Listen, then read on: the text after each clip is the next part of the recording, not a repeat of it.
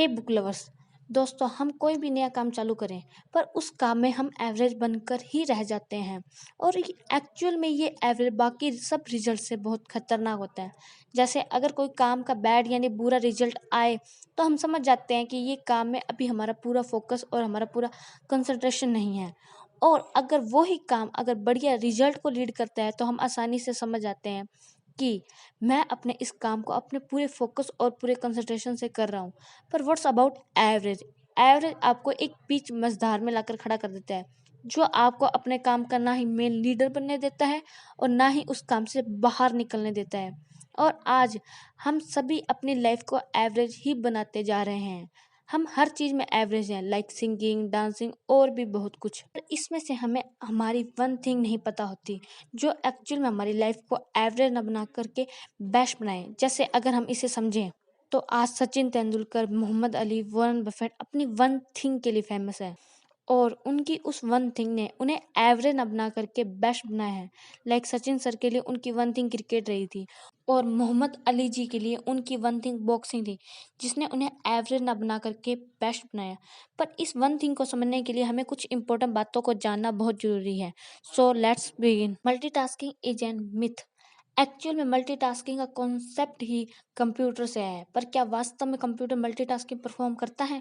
बिल्कुल नहीं। एक्चुअल में कंप्यूटर अपने काम में इतनी तेजी से स्वैपिंग करता है जिससे हमें लगता है कि कंप्यूटर में मल्टीटास्किंग परफॉर्म हो रही है, पर ऐसा नहीं होता है। और आजकल हम ह्यूमंस भी मल्टीटास्किंग को अपनी लाइफ का हिस्सा बनाते जा रहे हैं। जैसे कि हम पढ़ते या अपने ऑफिस का वर्क करते टाइम साथ साथ अपने फ़ोन का यूज करते हैं, जिससे हम एक साथ दो काम को परफॉर्म कर रहे होते हैं, पर वास्तव में यह हमारे काम के फोकस को बिगाड़ कर रख देता है। तो इससे आप सही तरीके से अपने काम को नहीं कर पाते। So don't be A multitasker. Understand the domino effect. आज हमें ये समझना बहुत जरूरी है कि हर बड़े काम को करने के लिए आपको आपका एक पहला छोटा कदम लेना बहुत जरूरी है, जो आगे चलकर आपके लिए उस बड़े गोल को अचीव करवाने में धीरे धीरे करके एक बड़े स्टेप में कन्वर्ट होगा। जैसे अगर आपको मिलियनर बनना है तो उसके लिए आपको पहले लखपति, देन करोड़पति और बाद में जाकर ही आप मिलियनर बन पाएंगे। और अगर आपको अपने कल को सुधारना है तो पहले आप अपने आज पर काम कीजिए।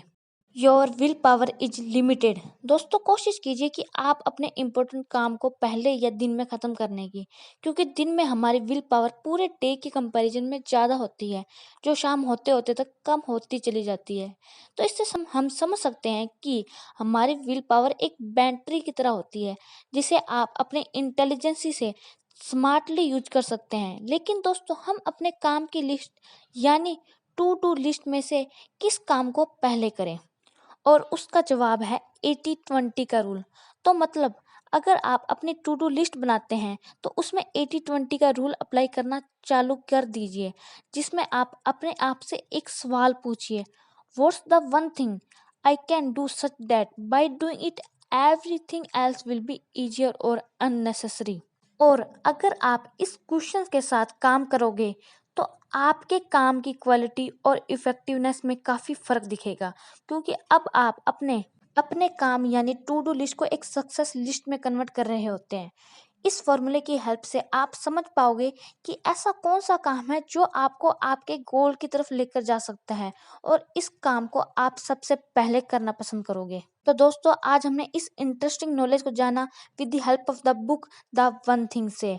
तो दोस्तों वीडियो कैसी लगी हो उसे कमेंट बॉक्स में कमेंट करके जरूर बताइएगा, और चैनल को लाइक करिएगा और शेयर करिएगा और बेल आइकन को प्रेस करना मत भूलिएगा। Thank you.